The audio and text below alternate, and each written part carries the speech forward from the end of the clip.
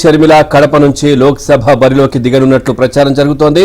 కడప నుంచి షర్మిల పోటీ చేయాలని కాంగ్రెస్ అధిష్టానం ఒత్తిడి చేస్తున్నట్లు వార్తలైతే వినిపిస్తా ఉన్నాయి. ఇక ఏఐసీసీ నేతలు చెప్పడంతో పోటీకి షర్మిల అంగీకరించినట్లు తెలుస్తోంది.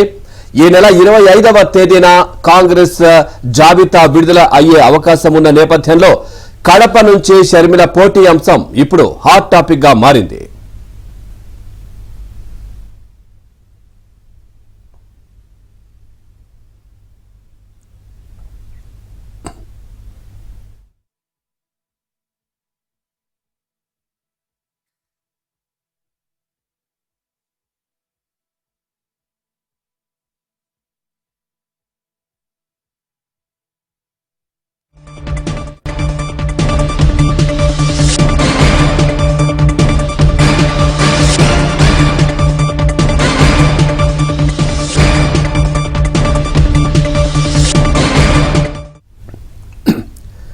రైట్, బ్రేకింగ్ న్యూస్ చూస్తున్నాం. ఏపీ కాంగ్రెస్ అధ్యక్షురాలు వైఎస్ షర్మిల కడప నుంచి లోక్సభ బరిలోకి దిగనున్నట్లు ప్రచారం అయితే జరుగుతా ఉంది. ఇక కడప నుంచి షర్మిల పోటీ చేయాలని కాంగ్రెస్ అధిష్టానం ఒత్తిడి చేస్తున్నట్లు వార్తలైతే వినిపిస్తున్నాయి.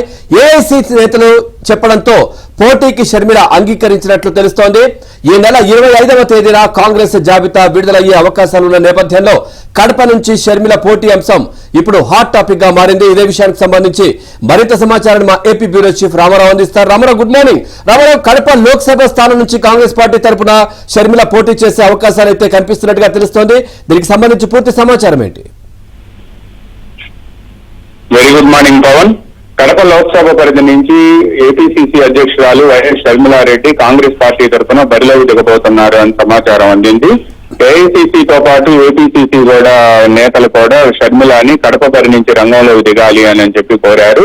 వాళ్ళు ఒక రకంగా ఏఐసీసీ నేతలైతే ఒత్తిడి కూడా తీసుకొచ్చారు. దీనికి షర్మిలారెడ్డి కూడా వెంటనే అంగీకరించినట్టు తెలిసింది. ఎందుకంటే పార్టీ అధ్యక్షురాలుగా తాను బరిలో ఉంటే రాష్ట్ర వ్యాప్తంగా కూడా కాంగ్రెస్ పార్టీకి అడ్వాంటేజ్ ఉంటుందని, పైగా కడపలో సమీప బంధువైన వైఎస్ అవినాష్ రెడ్డి పైనే ఇప్పటికే వైఎస్ అవినాష్ రెడ్డిని ఆయన్ని వైఎస్ఆర్ కాంగ్రెస్ పార్టీ అభ్యర్థిగా కూడా ఎంపిక చేశారు. ఈ మేరకు జాబితాలో కూడా ప్రకటించారు. అందువలన ఆయన మీదనే పోటీకి దిగుతుండటంతో, అవినాష్ రెడ్డి మీదనే పోటీకి దిగుతుండటంతో ఇప్పుడు ఈ కడప ఎన్నికల బరి చాలా ఆసక్తికరంగా మారుతోంది.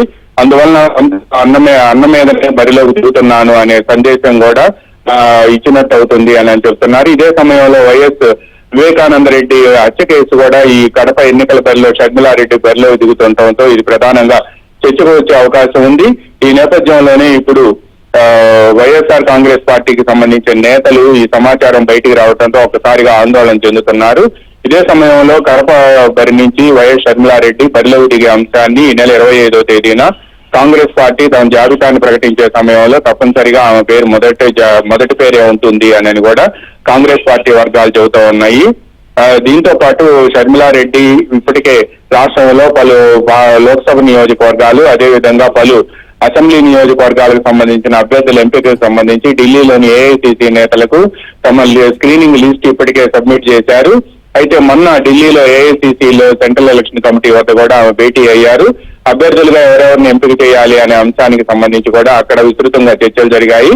ఆ తర్వాత షర్మిలారెడ్డిని కూడా ఏపీసీసీ కి సంబంధించిన నేతలతో పాటు రాష్ట్రంలో ముఖ్యంగా ఏఐసీసీ నేతలు కూడా కడప బరి నుంచి రంగంలోకి దిగాలి అని చెప్పి సూచించారు. దీనికి వెంటనే ఆమె అంగీకరించినట్టు తెలిసింది. ఈ నెల 25వ తేదీ జాబితాలో ఆమె పేరు Pavan. Right, thank you Ramarao, thanks for the updates.